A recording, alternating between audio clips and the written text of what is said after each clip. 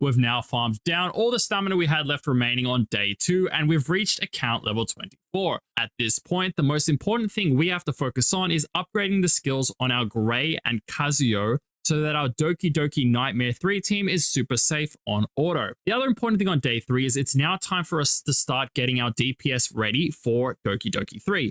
And at this point, we're not going to be able to be using Lian anymore because she is the opposite element. So we are going to be using our targeted summon on Real Mocha. We've already done 20 pulls on the banner. We have 8 summons at the moment, so we only need 12 more pulls, which we'll be easily able to get today, and then we'll pick her up. At this point, you should be farming Hollow Nightmare 3 until you hit level 25, and then we're going to proceed to 6-star Lian and then move on to farming Fabian. If you are struggling to clear Nightmare 3 in the GP outpost, the team that we were using with everything set up nice and correctly was Lian, Freya, Gray, and depending on the element, we used Kazuyo and Dina. Now, you aren't going to be able to clear hard or nightmare mode without a 6-star Lian. So this is going to be your focus from 23 to 25 is to trying to get as many shadow prints as possible. So we were just able to get enough mats to upgrade our Lian to 6-star. We ended up having to go and clear the Ember track until stage 6, and this gave us enough shadow prints for the star upgrade. The other place where you can pick up some shadow prints is in the exchange shop. So in the unit shop, if you are in a level 10 guild and you have been doing your daily guild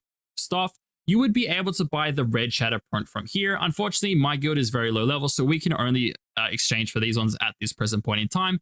But I will probably end up buying these anyway, just to make sure we can get Lian to 6-star today.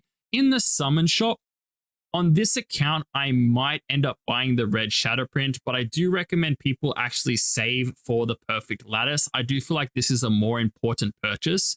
But for the sake of progression, I may end up buying the red shadow print today just to make sure that we can 6-star Lian and push Fabian. With the arena shop as well, I do recommend saving up for your perfect lattice. I do think these are going to be a huge bottleneck for people later on in the game, so I would always prioritize this. If you have somehow collected enough points and are able to move on to buying the orange shadow print, maybe it's okay. But even then, the Evolution Purple Lattice is also really good. The other place that you can actually grab a few shadow prints is from the Summit Arena. Now, we haven't talked about that yet, but if you do go into the Arena section, so in the Arena realm, here in the second tab here, we have the Summit Arena. And all you're going to have to do pretty much is go in 20 times and you can just leave straight away if you would like, or you can stick around and try to learn some of the RTA. So every week, you're able to get 20 participation rewards, and this is going to give us 600 points, which will allow us to buy some of the shadow prints. If you are able to go and clear any of your remaining hyperlink charter missions, this is also another place where you can pick up some shadow prints to push your Lian to level 6. So now we're going to go straight into Lian. We're going to craft the last one that we haven't done yet, and bam, we are done with this. Now, this is going to allow you now to go and farm Fabian, which we're going to be using to get our next set of shells. In particular, we're going to be farming the Twilight Knight and the Black Flag. Feel free to chuck any of the EXP into Lian straight away, as boosting her base stats right now is going to be pretty good for ensuring that we have a bit more damage on her. At this point, we're able to AFK farm Fabian Nightmare mode at a pretty high success rate. It might fail maybe 1 in 20 to 30 runs, but that's definitely okay. Now, I'm going to give you some tips to make sure that your team is safer for the clear, and I'll just put something on the screen here. So the team that you're going to be using is Lian, Freya, Gray, Dina, or Marvel. So if you have pulled on Marvel, feel free to invest into Marvel before Dina. However, you are going to eventually build both of them, but they're both quite useful for making this a safe run. Now, you need to make sure you go and upgrade each of the prowess slots for each of the 4 units that you're using. This is a huge increase to your base stats, and it's just going to make the team so much safer. Another tip for making sure your team is successful is make sure on the auto settings, you are targeting the boss on both waves. The other thing is you can now start plus 15 your DPS gear and plus 12ing the others. So I'm going to quickly go through the gear I have equipped on each of the 4 units just to show you what we're talking about. So for Lian, as you can see here, we've powered up her slot 1 as well as her 4, 5, and 6 to 15. These are all going to give her a damage increase, while the slot 2 and 3 don't really do that much. The other thing we've done with her is we've gone through on her slot 1, and as I told you guys before, we've upgraded the prowess slot up to right before the skill increase. This is going to give you some more flat attack from slot 1. It's going to give you some defense in slot 2 and some HP in slot 3. as you can tell as well, one of the other super important things is we've also already done our S3 skill to level 3 here, right? So I thought I was about to say level 2, but no. We've also already upgraded her S3 to level 2, as well as we've gotten the speed increase. This is also going to be much safer than before, as we're getting the increase this chance of stealing turn meter to 80%. For Gray, we've powered up all of his shells to 12, except for this one crit rate piece here. This allowed us to then change one of these pieces to affect accuracy. With this setup, we're able to get 70% crit rate, which is all he needs. We're also able to get some much needed effect accuracy to ensure that his defense break is quite consistent. For the skills, we've gone and upgraded all of the nodes until the skill level up. So as you can see here on skill 1, we're getting some flat attack. Skill 2, we're getting some flat defense, and skill 3, we're getting some flat HP, as well as we're also getting some more stats as well, because we've also upgraded his skill to the second last upgrade. For Dina as well, she's still rocking her Swift Rush set. We're just running effect accuracy with a HP bonus. For now, we don't need more effect accuracy to ensure that their skills land, so we actually do like prioritizing a HP slot just to make sure that they stay alive. Once again, make sure you're going through the skills and upgrading these slots as well, just to get a bit more stats to make sure your team is completely safe. Once again, Freya is pretty similar to yesterday as well, but we did go and make sure we got the extra stats from the prowess on her too. At this point, we're going to be AFK farming Fabian Nightmare until we can upgrade 3 of the shells. Let's quickly talk about the shells that I think you guys should be doing.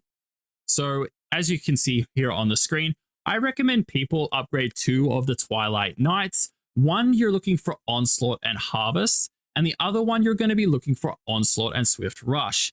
The second one here is going to be very useful for increasing your damage output on one of the later shell farming teams, so I do recommend looking for this as one of your second options.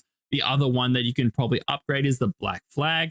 I don't really like any of the other shells in the epic grade qualities. They're not bad, and some of them do have uses, but they're not going to be really necessary for any form of progression. We're going to be now dumping all of our stamina into upgrading 3 of these epic shells. This might be everything you do for the rest of day 3. If you do have anything left over, it's going to simply be going through and completing anything new that you've unlocked. So pretty much once you get these 3 shells, you're free now to go and clear Nightmare 3 of both Terra and Doki. If you do have any leftover stamina at the end of the day, I recommend going and chucking it into Nightmare 3 Terra to complete the hyperlink missions. And then coming back tomorrow, we will build our Nightmare 3 team for Doki. For now, we're going to fast forward until we've managed to max out 3 of the epic shells, so I'll see you guys in a second. Unfortunately, there was a maintenance at the end of day 3, so we weren't able to do the recap before the server reset. So here are the things you had to have completed on day 3 to make sure you're getting the maximum progression. As always, you need to make sure you're doing your daily quests, your union quests, all the events, as well as doing your arena. The next thing you had to focus on was max ranking your Lian. So we got our Lian. Let's go have a look at our account. 1 second. We got our Lian to max rank, as you can see here. Now, we had to get the red shadow imprints from a variety of spots. The other place where we were able to grab a red shadow print was from the growth boost at level 25. We were also able to grab one from the Paradise shop in the Shell Story event. I unfortunately can't see the shop right now. I don't know, it's maybe some kind of glitch, but that was also another place where we were able to get one. So as you can see here on the Lian, we were able to get a Twilight Knight with 3 Onslaught and 3 Harvest. Now, eventually we will be going to reconfigure the skills to be more in tune with what she wants. But for now, we actually rolled 2 of the legendary ones, which are going to be useful for completing one of the missions in the hyperlink chapter. So I'm not going to change that right now. The second shell, we ended up chucking this on the Grey, and this one we were aiming for Swift Rush with Onslaught, and we were able to get this one maxed out too. The last one, which was the Black Flag, we ended up chucking this on Freya. We'll also be reconfiguring this one, as most likely you're going to be putting the slot 2 skill as speed for both of these 2 here. For the Anasig Echoes, you can actually complete up to Kraken here on 11. It does get a little bit more difficult, and there is a little bit of a strategy required for Dahlia. For the Doki clear, what I recommend you guys do is you put your Kazuo back in, and you have her move second last right before your Lian. And you're going to want to put them into sleep state, because unfortunately, if you let these Greys take a move, they could potentially just one-tap your whole team. So the main aim here is to have everyone move except for Lian. You put them to sleep with Kazuo, and then once they take a turn and move out of slumber, you'll get a second rotation and you'll be able to wipe out 1 or 2 of the greys in the first go. This is going to be on our day 4 video, but we have actually gotten enough summons now to do our target summon, which is going to be Real Mocha. Unfortunately, we haven't pulled up a Rosa as of yet, but Rosa would have been an amazing unit for us to pick up. Her skill kit is really important for clearing some specific bosses later down the line. However, there are definitely some free-to-play ways to make sure you can get those clears. For anyone who's been playing their account a little bit more actively than I have, feel free to go and check on the next video, as at this point, you can auto-farm the Nightmare 3 Doki with the units that we have. There is a specific team comp that I want you guys to use, as a lot of these units are going to be used later down the line. Once again, feel free to check day 4 for that team comp if you're trying to do this on day 3. That's going to be all for this one, guys. Peace out.